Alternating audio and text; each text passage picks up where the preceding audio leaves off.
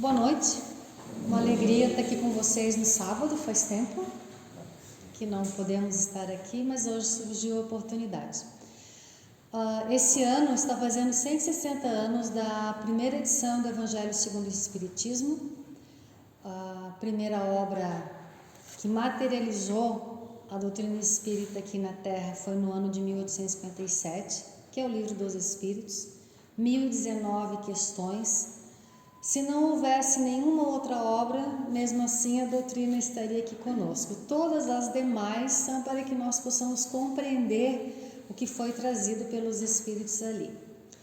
A segunda obra foi o Livro dos Médiuns, que é um manual de instrução, não só para quem é médium ou quem lida com mediunidade. O Livro dos Médiuns é para todos nós, porque nos trata do quê? Da nossa relação com o mundo espiritual, da mente, de tudo. Então, foi o segundo livro trazido por Kardec e conta-se que Kardec andava muito sobrecarregado, muito doente, e a espiritualidade falou assim para ele: ou você tira umas férias, ou o seu corpo físico não vai aguentar. E Kardec vai sozinho, passar cerca de 30 dias numa praia na Normandia, e lá as férias do Kardec foi o quê? Escrever, organizar, o Evangelho segundo o Espiritismo. Ele organizou. Eram vários textos já publicados na Revista Espírita, mensagens trazidas, ele levou e organizou assim o Evangelho segundo o Espiritismo. Muitas pessoas acham que o Evangelho é a Bíblia dos Espíritas. É um erro. Inclusive muitos espíritas acham isso, que o Evangelho é a substituição da Bíblia. A Bíblia é a Bíblia e o Evangelho é o Evangelho. Em que sentido? Na Bíblia nós temos os 4 Evangelhos, temos que ler, temos que conhecer. Hoje no movimento espírita, já há cerca de uns 7 anos, tem o estudo do Evangelho em Rede Vivo, que é estudando a Mateus, Lucas, João, Marcos, como eles falam, texto e contexto da época, nessa visão atualizada, nossa, para compreender, juntando tudo que a espiritualidade trouxe, sobretudo com a mediunidade do Chico, com as obras de André Luiz, Emmanuel, para que nós possamos entender. Segundo Haroldo, o Evangelho é como um colar de pérolas, uma vai encaixando na outra. As parábolas de Jesus, elas sobreviveram os 2000 anos, sem alterações. E Jesus falou por parábola não somente para que o povo da época entendesse, mas que todos os outros que viessem adiante também compreendessem. Mas tem um detalhe: através das parábolas nós não adulteramos o Evangelho. Todas as outras coisas nós conseguimos adulterar ou mudar, mas as parábolas não. Então olha a sabedoria do Cristo, governador da terra, que ele usou uma metodologia que todo mundo na época entendesse, todo mundo continua entendendo, mas que nós não adulteramos. E parábolas que nós entendemos hoje de um jeito, amanhã de outro, e vai ser assim por um bom tempo. Ela vai se desdobrando. A gente vai cada vez mais, nossa, eu não tinha visto isso. Só a parábola do bom samaritano, eu acredito que o Emmanuel deve ter umas 5 ou 6 comentários da passagem. Joana de Ângeles vem e faz e cada texto que a gente lê é uma visão da parábola do bom samaritano que Cristo deixou ali. Então vocês vejam a elaboração da fala do Cristo, e que a doutrina espírita que Kardec no Evangelho vem nos explicar. Lá na introdução ele fala o seguinte: aqui no Evangelho nós não temos os milagres, não temos as profecias que tem lá na Bíblia. Kardec tratou exclusivamente da moral do Cristo, que ele falou: isso ninguém adulterou, não vai ter briga, não vai ter confusão. Então o Evangelho segundo o Espírito, nós temos que estudar, conhecer os Evangelhos, tem tudo que Jesus nos deixou é para a moral, mas aqui no Evangelho nós temos somente a moral do Cristo, não tem o que a gente contestar ali. E logo na primeira página, que eu nunca sei o nome dessa página, se alguém souber me fala, ele coloca o Evangelho segundo o Espiritismo com a explicação das máximas morais do Cristo em concordância com o Espiritismo e suas aplicações às diversas circunstâncias da vida. Não é mais para a gente se decorar, saber, não. É ter o Evangelho para todo dia mesmo. Que eu tenho uma decisão para tomar, uma escolha para fazer, a gente vai recorrer aqui no Evangelho. E quando nós queremos, as respostas estão aqui. Eu não sei se acontece com vocês, mas às vezes só o título já dá a resposta.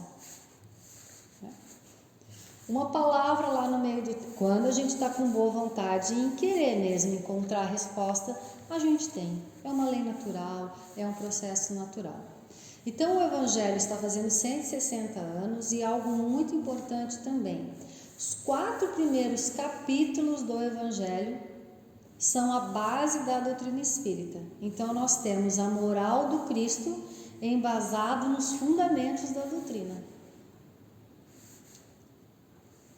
O primeiro capítulo, ele vai falar do Cristo Consolador, do Espiritismo, de Moisés, das 3 leis, a lei mosaica, Cristo e o Espiritismo, a união da ciência e da religião para mostrar tudo que Jesus falou e que hoje, com o nosso avanço intelectual, a ciência vem dando aval e comprovando tudo que o Cristo falou. O segundo é Meu Reino Não É Deste Mundo, que vai falar da imortalidade da alma, que é o fundamento.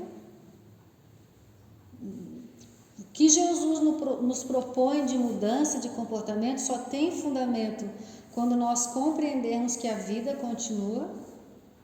O terceiro, a reencarnação. E o 4º capítulo, há muitas moradas na casa do meu pai, que na verdade é o terceiro, que é a pluralidade dos mundos habitados. São os fundamentos da doutrina. A imortalidade, a pluralidade dos mundos habitados e a reencarnação.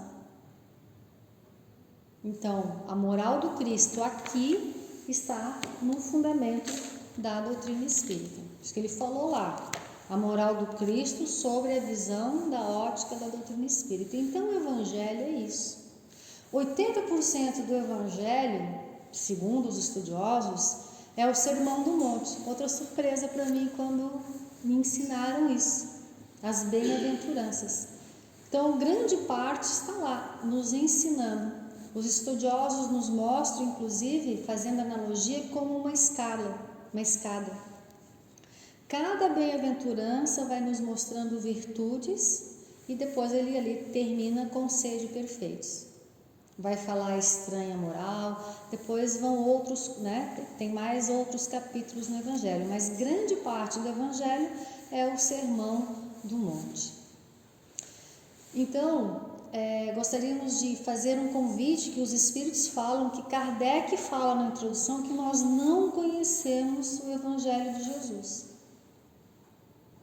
Outro dado interessante, Pedro Paulo passou para a gente, que Jesus só foi conhecido por nós, eu não me lembro se é século XVIII ou XIX, mas eu acho que é século XIX. Antes disso, a humanidade, a população não sabia. A maioria iletrado,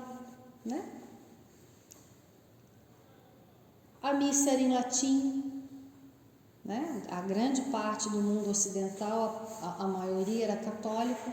Então, nos falava de Jesus como hoje nós temos na casa espírita.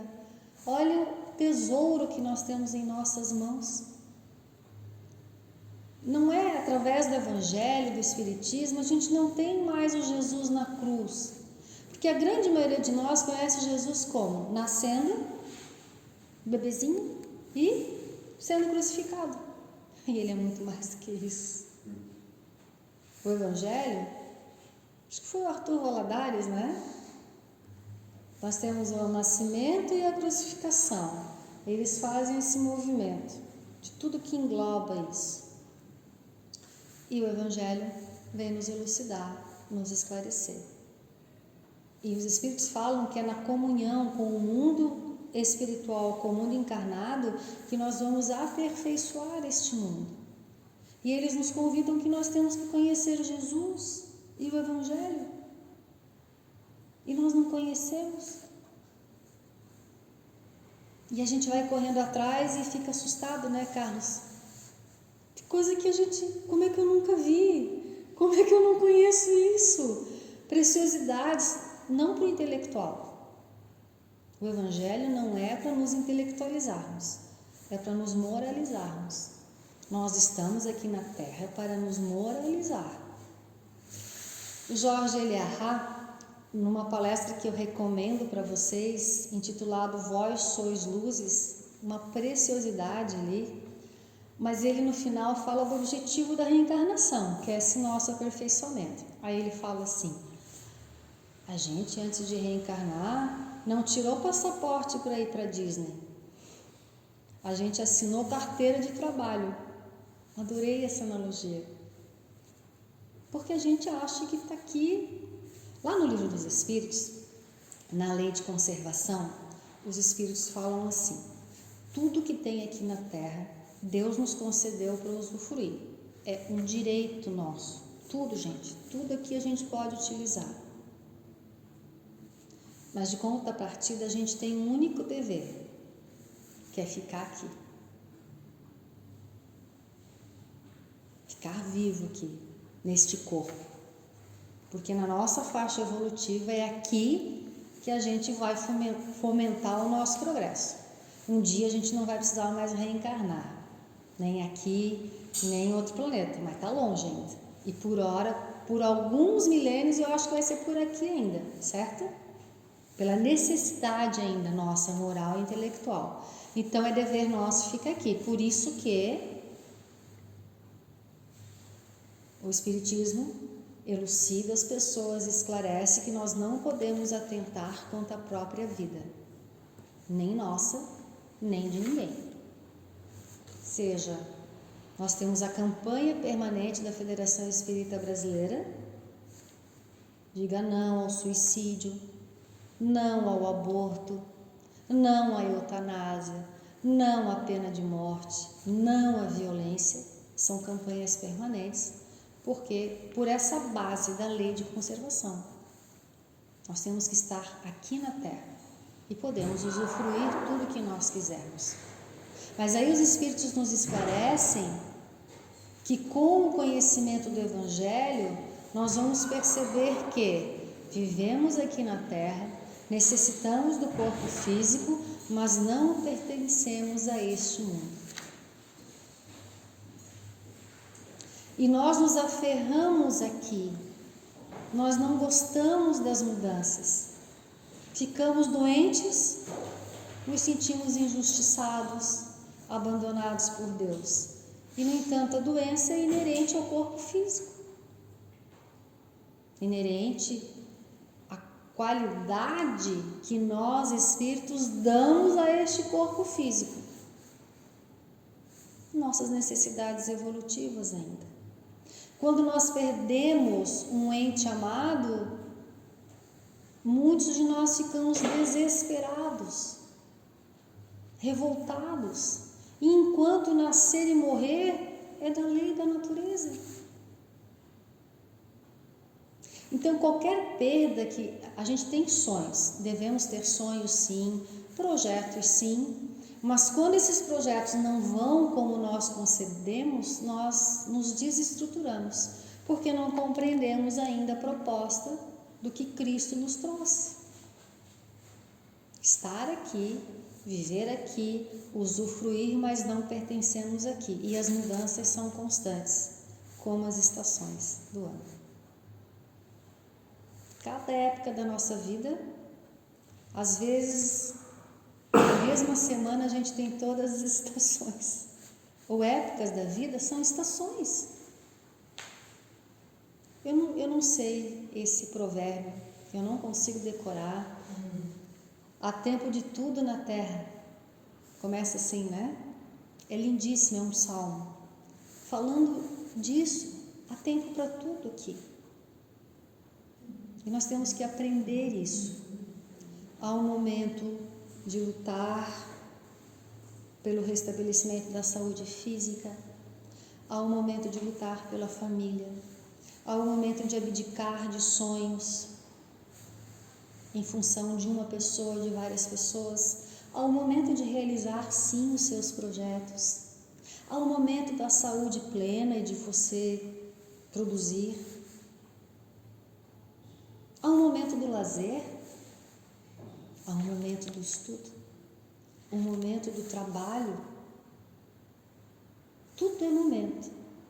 Então, quando nós entendemos a proposta do Evangelho, e esse livro nos traz essa compreensão, as adversidades externas vão sendo elaboradas por nós, de outra forma. E daí vamos compreender quando Jesus falou, o reino dos céus é em nós. Mesmo nós espíritas ainda esperamos que o reino do céu vai ser lá no nosso lar. Quando eu morrer, eu vou lá para o nosso lar.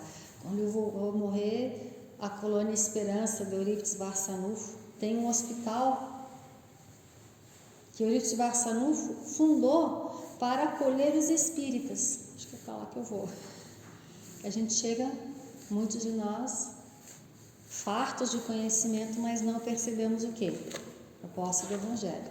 Não aceitamos as mudanças. A gente não aceita a diferença do outro. Temos vivido esse pesadelo há alguns anos aqui no Brasil com a questão política, de não aceitar o pensamento diferente do outro, do familiar. Instalamos essa doença na nossa sociedade. E nós espíritas somos convocados a ter outro comportamento. Eliahá também falou uma coisa: espírita não é nem de esquerda nem de direita. Espírita é de centro espírita e de Jesus. E a gente esquece. Tudo bem, mas por isso que a gente está aqui. Por isso que a gente é convocado à leitura, está aqui para a gente estar sempre tendo um instrumento para reagir ao mundo lá fora. 160 anos do Evangelho, fica um convite para a gente conhecer essa obra, e tem a indicação da Fabiana agora, que eu gosto, tem me ajudado um monte. O estudo do Evangelho segundo o Espiritismo, elaborado pela Federação Espírita Brasileira, eles terminaram agora, final do ano passado, começaram, acho que 2020 ou 2021, é sensacional, sensacional. Foi estudado capítulo por capítulo, vários convidados, temos o Simão Pedro, que é espetacular.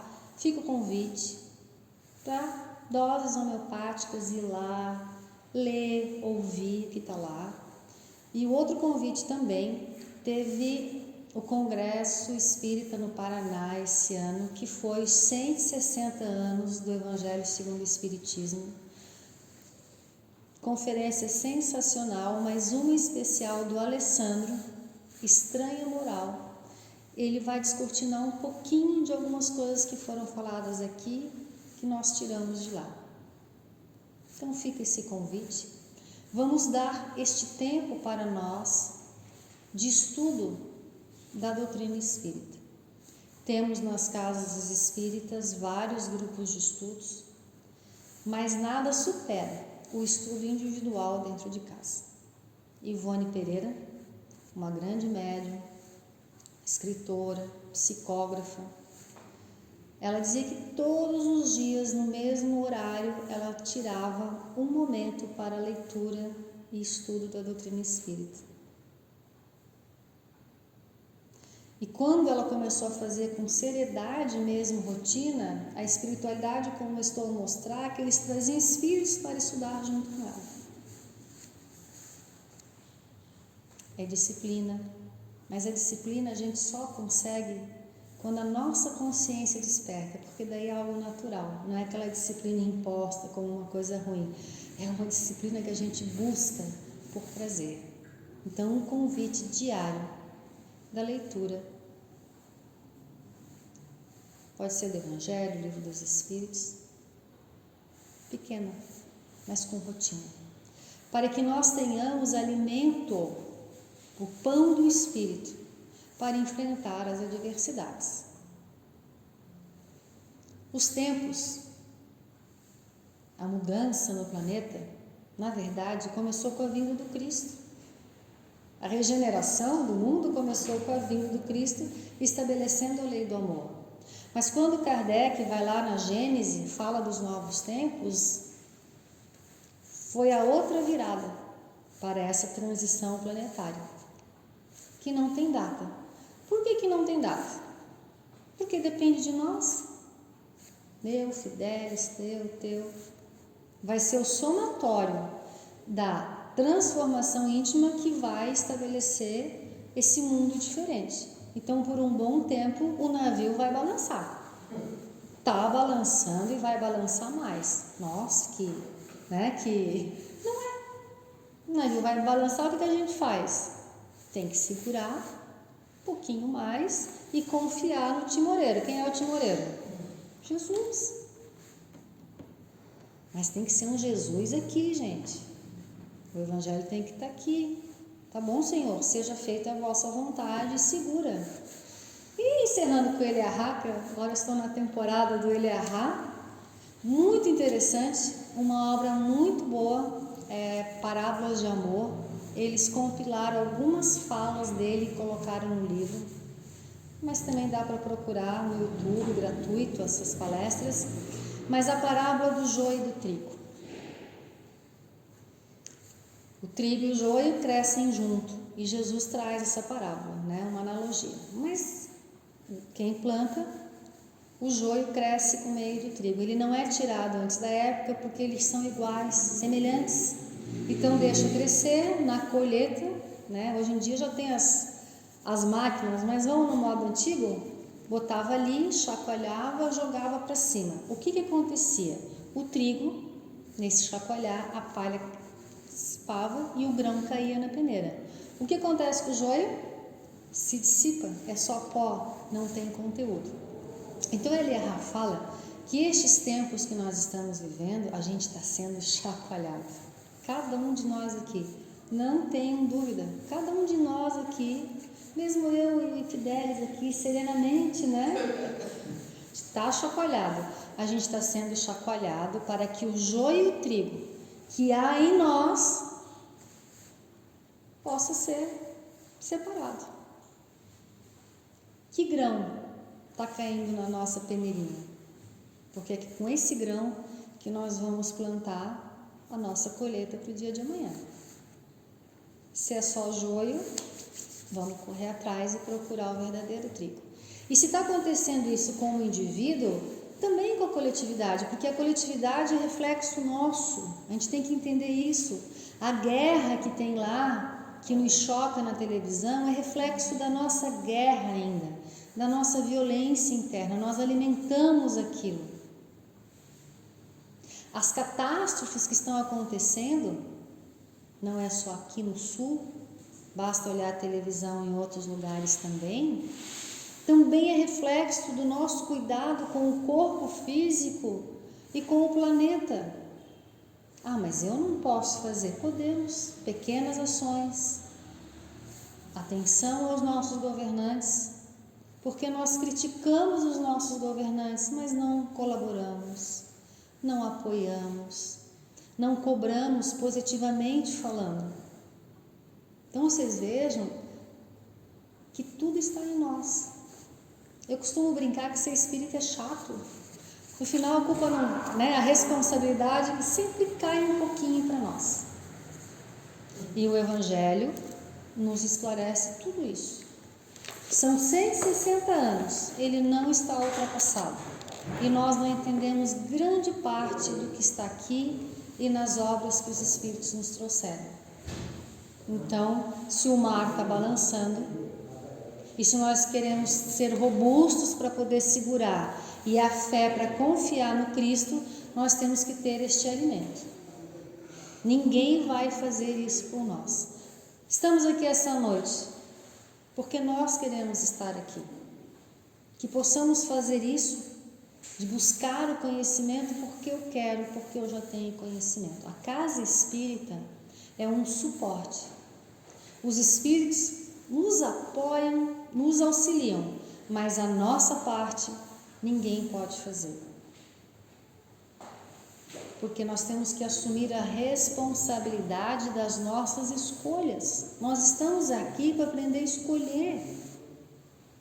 E não é mais escolher entre o certo e o errado. Seu Arthur Valadares fala num estudo sobre a parábola do bom samaritano.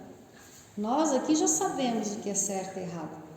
Agora o desafio é acertar mais. Nós já sabemos o que é o bem e o mal. É fazer o bem melhor ainda. Estão entendendo? Compreendendo a diferença? É fazer o bem de uma forma mais intensificada. Esse é o desafio do momento para cada um de nós. Não dá para ser mais ou menos. Porque senão nós vamos ser arrastados pelas nossas ilusões. Porque nós vivemos de ilusões. Que a matéria nos traz e nós acolhemos porque ainda nos satisfaz. Cada um aqui de nós ainda vive as ilusões da matéria. E só vamos reagir a isso conhecendo o Evangelho. Compreendendo Cristo. E tendo nele realmente o amigo indispensável e o roteiro para cada um de nós. Obrigada pela atenção de todos, uma alegria estar aqui com vocês e tenham uma abençoada semana junto com Jesus.